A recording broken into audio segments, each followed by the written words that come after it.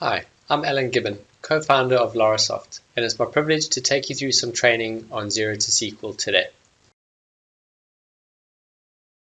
Okay, I'm going to talk you through how that works. So you've got your Xero subscription, and you can have multiple if you have multiple entities, organizations. You then subscribe to Xero2SQL, and we establish a relationship between your Xero instance and your cloud SQL server. And if you don't have your own, we're able to host for you. And then we kick off automation which refreshes every night. Although if you'd like to make a refresh during the day, you are welcome to through our portal. We then establish a relationship between the database and Excel using Excel's Power Query. Great to get some training on that if you haven't used it much before. We are going to be releasing some videos as we go along, but you can YouTube or do an online course. It's really helpful. Then what we do is once we've created that connection, we have the data sitting within Power Query inside of Excel, and you can choose to bring that back in different ways. Our preferred methodology is if you're in an environment that has Mac and Windows users, you would use pivot table functionality, which I'll do another video for. And if you've got the benefit of being on Windows, you can take advantage of advanced functionality called Power Pivot and working with the data model. So that's really what today's video is about, is showing how to use the data model. When you're working with this file, you really just need to set the date every month. So if you're doing August month end, that'll be August. If you're doing July, you'll choose July, and the underlying data will be reflected in the reports. And so I'll click on summary, and you'll see here in this example we've got actual month 1644, year to date 22549. If I was to filter on a particular area of the organization, you'll see it'll just filter out the items just for those, and you'll be able to see that. And if you untick the cross, then you'll see all of them back. So it is using the data model does use a lot of pivot tables, and so if you don't know how to use pivot tables and slices, great to get some videos on that, but you'll see it's pretty easy. You're just selecting as you go along. And the other nice thing is you've got drill down. So we can go here, we can see that there are operating expenses. We can see that there's advertising as a parent, and if you want to just filter to that area, you would just collapse to that area. Or did I say expand? Let me try that again. Collapse entire field, so you'll just get that summary. You'll be able to see that view. You can then go in and say, hey, what's inside of consulting? It'll then give you the ledger account. And obviously, if you have any other accounts that roll up into there, they'll come up. And then you'll see there it says monthly subscription, and then that blank is tracking category 02. And you can always click while you're on the pivot table, head over to the top and say pivot table analyze. You can click on the field list, and you can see it'll show you it's going from report level 1 to 3, and we've just put some initial layering for you. Then ledger name, ledger detail, and tracking name. And in this demo file, there's unfortunately not a second tracking, so it'll just come up as blank. And that's how you're able to drill down on any particular item, seeing the various. If I just now right click and expand collapse and collapse entire field, you'll be able to see the underlying details, which again, when you're looking at monthly, is great to see the trend over time. Okay, so this is how you would use it. You would do normal Excel, set your print areas, etc. And now I've just given you a few different examples. So this is showing by month for current year. So in this example, if I look at my parameters, the start of the year starts on the 1st of February. Unusual day, but it's not impossible. And and so you'll see it'll cut out. So you can see here it says May. If the year end start was June, this would automatically disappear. Okay, then by tracking category, year to date, so then you're seeing east side, north, south, etc. And by tracking 02, we can see it's all blank. And then on this one, by month, all dates, that's just showing you any data set that's available based on your query, regardless of year end. And like you'll see here, it's a very small file because it's the Xero underlying demo file. And on the left hand side here, you'll see there's a slicer, so I could just go show me May and show me October, hold down my control key, then I've got the 2 months, etc. Quarters, etc. also in here. So I will just undo that, and if I went back to here, I can click on the pivot table. On the right hand side, I'll just string this down again, and I can come in here and I can go into calendar, and I can put in here fiscal quarter,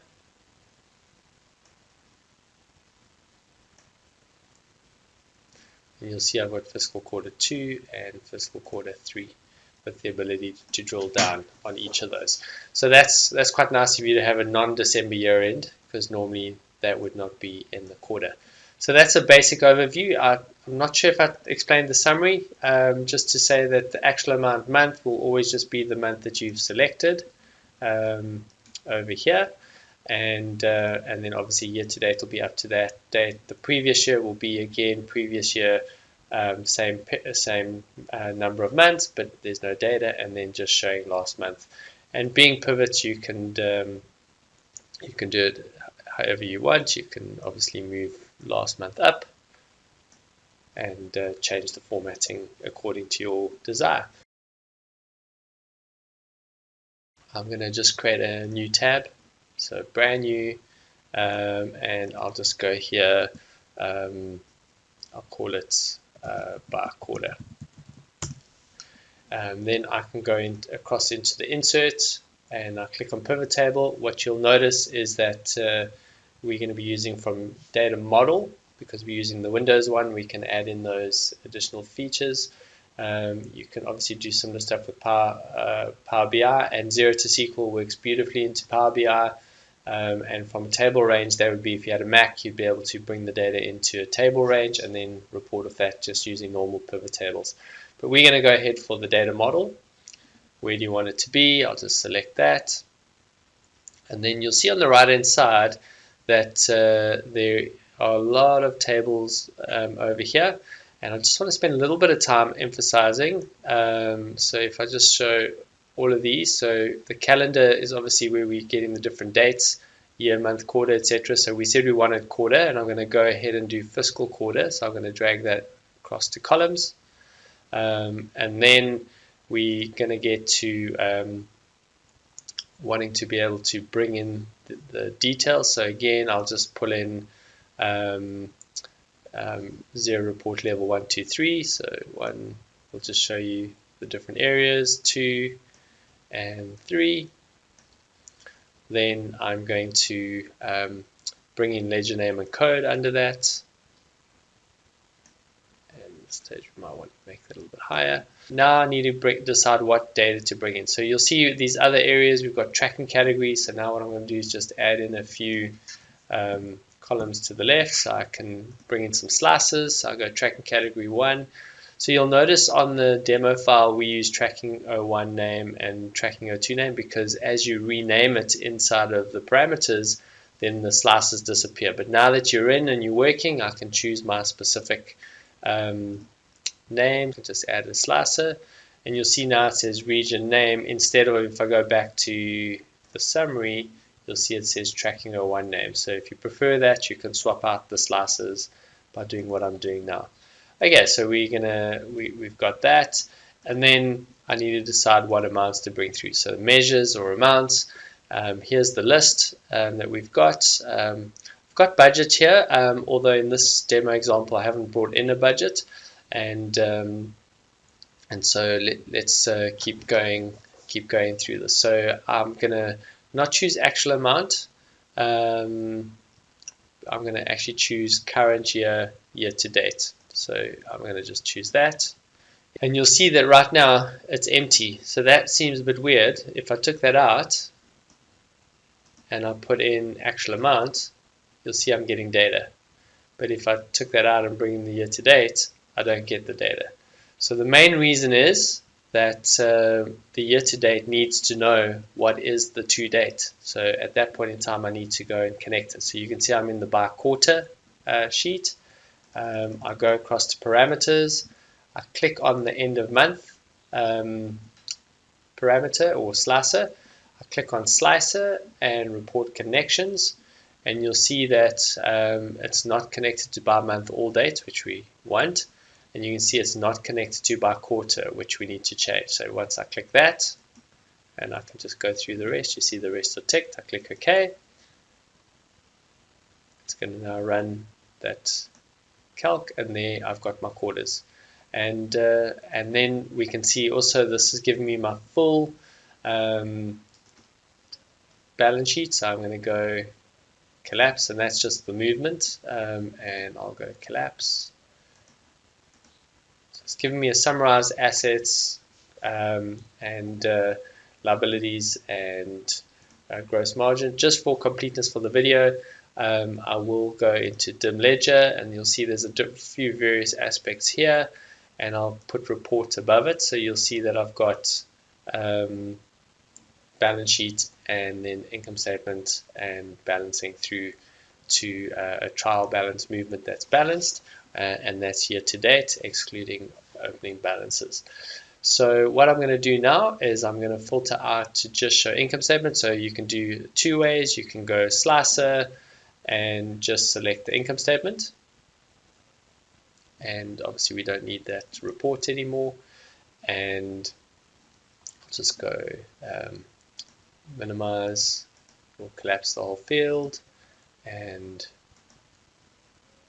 collapse the entire field. Okay, so if you want to show the detail of expenses, you can do that kind of thing, maybe detail of revenue, and you can see where that's as well. And like I say, if you want to go down to the ledger item, you can, or ledger account, you can. And even if you want to go all the way down to the transaction, then you go into your finance data or data finance, you go look down for detail.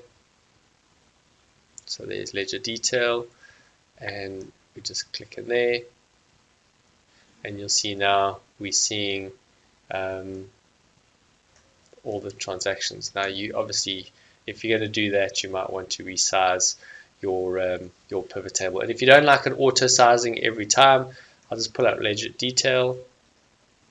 I'll go right click, I'll go pivot table options, and I'll untick the auto fit column widths, hit OK, bring back the ledger detail, and you'll see it's just going to cut off. It's not going to lengthen it. You can obviously then widen it yourself, or if you want that auto widening, you can do that. So that's how to create your own report within this book. Main thing is going to be deciding whether or not you want the parameter of month end to drive it, or if you want, like this, all dates, you rather want to drive it with a slicer in there. Okay, so that gives you a great idea on how to use this report, how to connect to a different company if you're setting up multiple companies, how to change the parameters in terms of tracking category name, company name, etc., how to use the report as it is, and even how to add your own report, either linked to the end of month or not linked to the end of the month, and just showing all the dates and then running a slicer.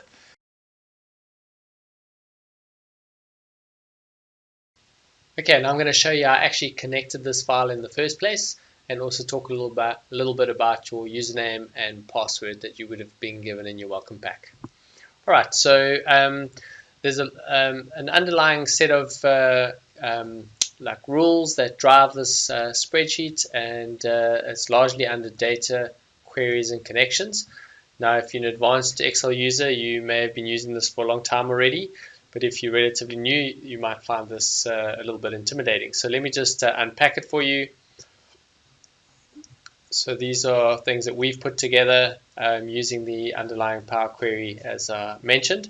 And in the area, there are these three specific areas: model only if you need to go here as an advanced user, complete these, which we'll get into, and then other queries, which as we send to you should be empty.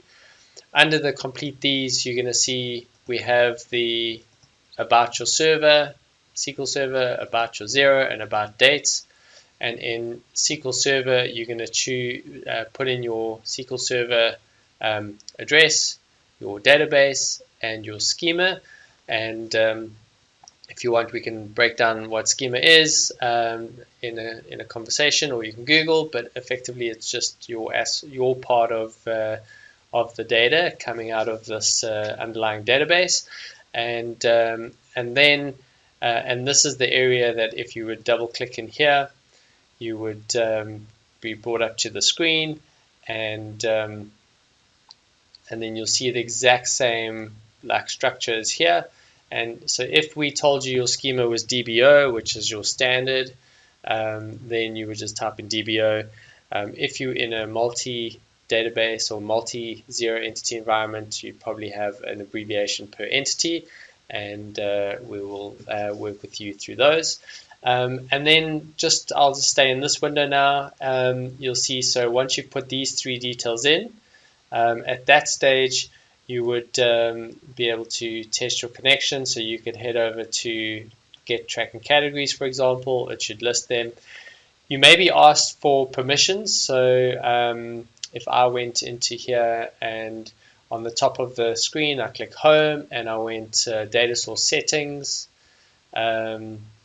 you'll see edit permissions. And if I edit permissions, it will we would go for privacy level organizational. We would encrypt connections. We would say edit. The type would be database, but if I just click on the edit, you'll see that you've got to make a decision. Is it a Windows connection? Is it a Windows password, a database password, or a Microsoft account? So default, most of our clients currently use database, but we do see a trend in moving towards Microsoft account. You just obviously need to have someone internally who knows how to manage that for you. But yeah, database is also a good one. Just make sure your password is encrypted. Okay, once you've checked that, come back in here and you should see it. You might get a few run, edit settings, etc. But as you click through those, you should be fine. So let's carry on. So that's about your SQL Server. The next thing is about your Xero. So if you've set up tracking categories, you'll set those names up just by typing in this box. So as per this example, region and not applicable is where we're at. And then for now, you're just going to be putting your organizational name here, just as you want to show it on your reports. The last section here, about dates, that's quite important. So if you are just doing income statement type reports for 2019, 2020, 21, whatever it is, you can adjust your date range accordingly. And then the start of fiscal year, so that's the first month of the year. I've chosen 1st of February is the start of my financial year. Not a normal period, but just trying to show you that it doesn't have to be linked to calendar year. And then you also determine what your current fiscal year is. That's just so that all the year-to-date calculations can work nicely here. There are other ways to do it, but we just chosen a pretty easy way to start. This doesn't change the amount of data that's coming in from your underlying Xero. It just limits the date ranges that you're playing with.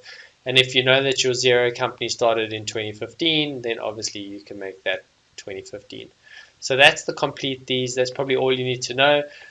For the rest of it, above there, so if I just go in the model, the supporting you shouldn't really have to come into, but it's really around these two areas, the data side and the dimensions. So you'll see these dim, they stand for dimension, and this is what we use to build the reports, which I would have covered either in this video or earlier in some of the other videos.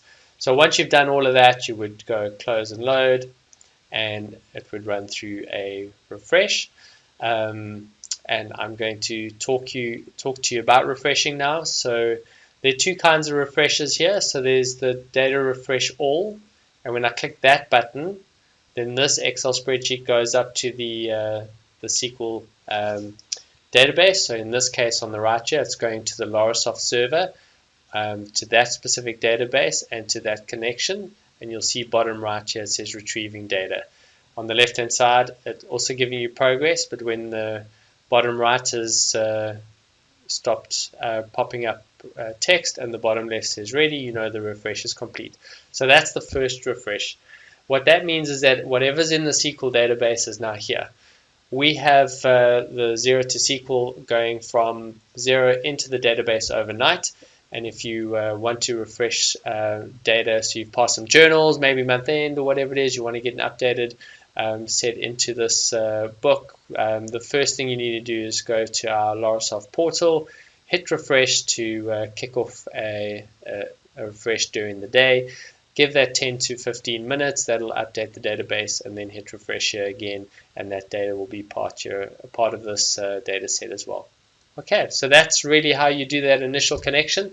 And if you've got multiple entities, you can do all your customization on the first one, change your fonts and logos or whatever, then go file, save as, and then you just choose the next entity, which in your scenario will be a schema, quite possibly. Okay, have a good day.